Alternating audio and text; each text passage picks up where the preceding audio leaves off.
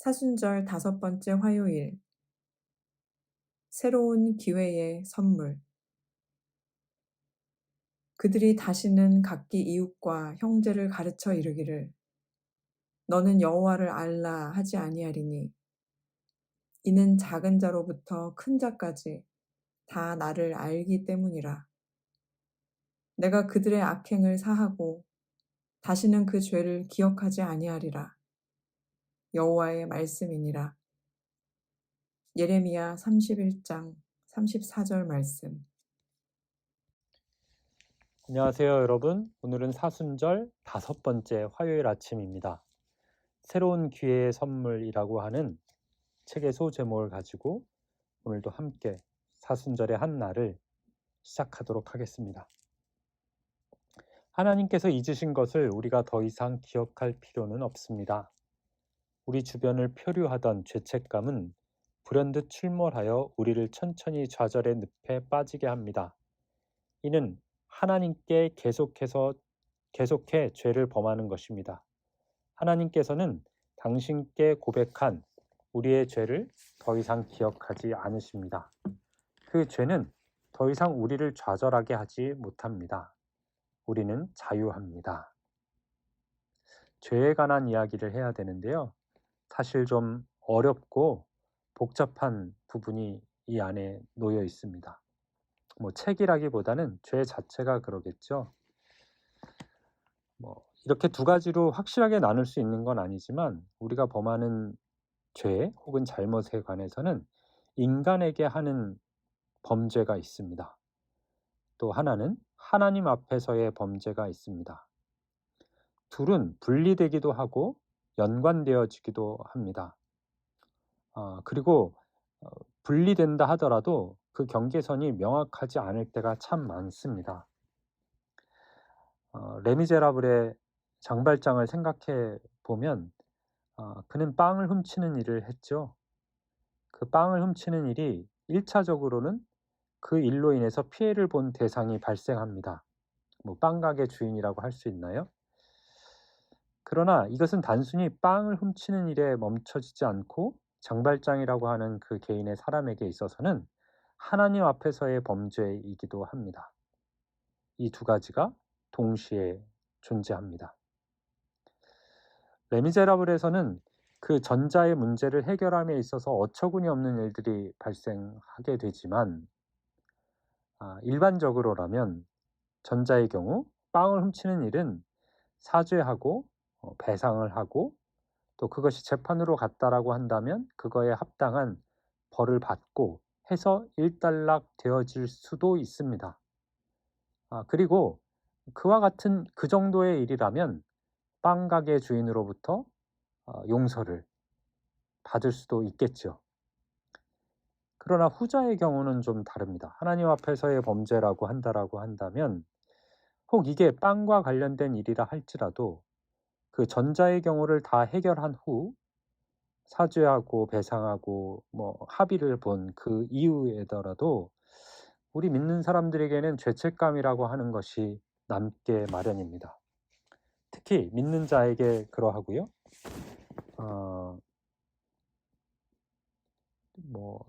우스갯소리입니다마는 착하게 살려고 하는 사람들에게는 더 그런 마음들이 남습니다. 그러한 일을 행한 자신을 진정으로 용서할 수 없게 되는 경우이죠. 이때 여러분, 우리를 그런 죄책감으로부터 자유롭게 하실 수 있는 분은 오직 한 분 하나님이십니다. 그 하나님이 우리를 용서해 주십니다. 우리의 죄를 기억하지 않으신다라고 말씀해 주시는 겁니다.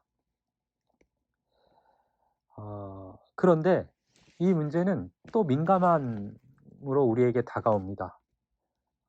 순차적으로 전자와 후자가 이루어지는 것도 아닐 터이고 동시에 이루어질 수도 있고 역으로 이루어질 수도 있습니다만은 그러나 이 용서함을 받는다라는 것에 커다란 함정이 있을 수 있는데 그건 우리의 죄와 또 연관되어져 있는 것입니다. 그 대표적인 예가 밀양이라는 영화라고 예를 들 수 있겠는데요. 아이를 죽이고 감옥에 갇혀 있는 그 사람이 그 피해자의 어머니를 만났을 때 이뤄지는 해프닝 가운데 영화의 큰 줄기가 흘러가고 있는데, 어머니는 아직 그 모든 것들을 받아들일 준비가 되어 있지 않는데, 교도소 안에 있었던 그 살인자가 하나님으로부터 용서를 받았다라고, 자기는 자유한다고, 용서받았다라고 이야기하면서 커다란 일들이 그 이후로 이루어지게 되는 겁니다. 어떤 게 진짜일까요, 여러분? 그 죄인은 그 감옥에서 정말 하나님을 만난 것일까요? 그것은 정확하게 알 수 없습니다.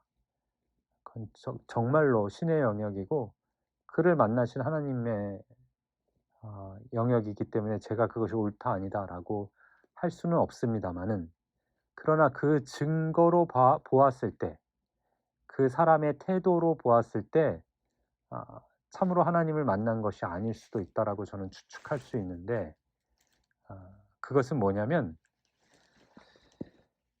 후자의 문제가 해결된 사람들은, 특히 하나님 앞에서 용서함을 받았다라고 고백하며 그 은혜 가운데 머무는 사람들은 전자의 문제를 나몰라라 할 수 없습니다.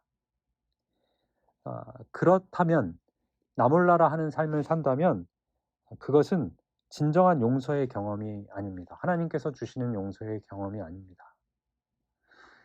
하나님으로부터 자유함을 얻고 내가 새 생명을 얻었노라고, 새 삶을 시작하겠노라고 하는 사람이 자기가 훔친 빵 때문에 여전히 손실을 입고 있는 그 사람에게 아무런 보상이나 또 용서를 구함이나 이런 것 없이 살아갈 수 있다면, 그것은 하나님께서 우리에게 주시는 용서도 아니고 죄로부터의 자유함도 아니라는 거죠.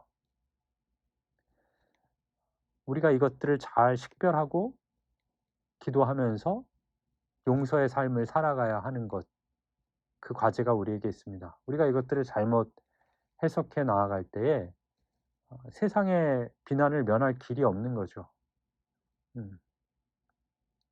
집단 이기주의라는 그런 누명을 벗어날 길이 없습니다.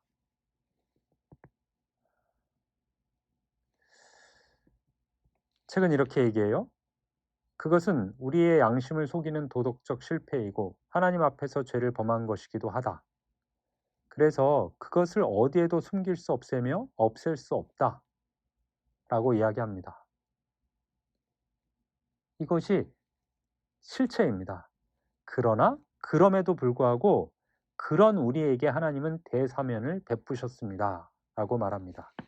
이로 인해 우리의 죄책감, 두려움과 원한은 증발해 버렸고 우리는 자유하게 되었습니다. 하나님께서 벗겨주신 짐을 더 이상 우리가 지고 있을 필요가 없습니다. 문제는 서로를 향한 우리의 행위는 돌이킬 수 없다는 것입니다. 우리는 종종 말과 행동으로 누군가의 마음을 아프게 합니다. 악의로 그럴 때도 있고 부주의해서 그렇게 할 수도 있습니다. 어떤 경우든 그 말이나 행동은 오해, 불신, 적의, 소외를 낳고 우리는 그것과 함께 영원히 살아갑니다. 우리가 이미 취했던 행동들의 결과에서 빠져나갈 길은 없습니다. 상황은 점점 불쾌해져 가고 소외는 깊어만 가고 상처는 측정할 수 없는 정도에 이릅니다. 수년 전에 내뱉은 심한 말로 인해 관계가 계속 악화된 가정이 있습니다. 서로 상처로 인해 마음이 얼어붙어 더 이상 회복되기가 어려워 보입니다. 강대국들은 약소국들에게 용서받아야 할 많은 일들을 행합니다. 국가와 인종 간의 야만성은 계속되며 독소를 내뿜습니다. 우리는 어긋난 관계를 회복할 수 있는 기회를 간절히 바랍니다. 그러나 그것은 큰 대가를 치루어야 합니다. 이 과정은 공허하고 아직 아물지 않은 상처로 인해 아플 수밖에 없습니다. 하나님의 크신 계획이 있다는 믿음 없이는 이겨낼 수 없는 고통일 수 있습니다. 다시 앞의 이야기로 돌아가서 여러분, 우리를 용서하시는 하나님의 그 큰 사랑을 경험한 사람들이 그 전자의 용서를 구함을 나아갈 수 있다는 거죠. 안 그러면 이것들이 고통스럽고 거추장스럽고 불편한 일이기 때문에 하나님으로부터만 용서받으면 된다라고 하는 것으로 신앙을 왜곡시키고 믿음을 변질시키는 경우가 우리에게 발생한다라는 겁니다. 계속해서 읽겠습니다. 예레미야는 무죄의 선언을 앞두고 잠시 멈추어 보도록 만듭니다. 상황이 계속될 필요는 없습니다. 악순환은 깨질 수 있습니다. 여기를 주목해 보십시오. 새로운 기회가 주어졌습니다. 새로운 기회는 노력을 필요로 합니다.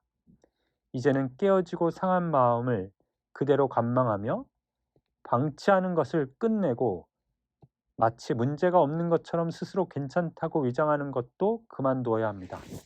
그렇지만 이전과 다르게 행동하라는 것은 아닙니다. 우리에게 필요한 것은 해결을 위한 행동이나 언어가 아니라 회복에 대한 확신입니다. 이 믿음은 우리 스스로 할 수 없는 회복을 우리에게 선물로 주셨다라고 하는 확신입니다. 사랑하는 여러분, 오늘 이 짧은 시간에 죄에 관한 문제, 저도 다 이해하지 못하는 죄에 관한 문제에 관해서 제가 제대로 설명했을런지 모르겠습니다만은, 그러나 우리는 앞서 말씀드린 전자와 후자, 그리고 그 경계, 그리고 그것을 통합하는 하나님의 뜻을 알아가는 삶을 죽는 날까지 살아가야 할 것입니다. 그래야 참된 용서의 삶을 경험하고 또 그 은혜를 끼치는 삶을 살아갈 수 있겠죠. 우리가 우리에게 죄 지은 자를 사하여 준 것 같이 우리의 죄를 사하여 주옵소서라고 말하는 주기도문의 한 구절도 이와 무관하지 않다고 저는 생각합니다. 사랑하는 여러분, 우리가 사순절을 보내는 이유는 주님께서 우리를 너무나 사랑하셔서 우리를 용서하시기 위해 이 땅에 오시고 그 죄를 사하시기 위해 고통당하신 시간들을 묵상하고 그것들을 기억하며 기도에 나아가는 시간입니다. 주님께서 우리를 참으로 용서하시기 위해, 우리를 해방시키기 위해, 그 죄로부터 해방시키기 위해 주신 그 보혈의 은혜와 사랑을 기억하는 이 아침이기를 다시 한번 기도하겠습니다. 용서하시는 하나님, 우리는 진실로 새로운 시작을 생각하며 무릎을 꿇습니다. 우리의 깨어진 마음을 주께 내어놓습니다. 자격 없는 자에게 주시는 주님의 은혜로 우리 안에 사랑할 수 있는 새 마음을 창조하시는 그 능력을 참으로 확신합니다. 예수님의 이름으로 기도합니다. 아멘.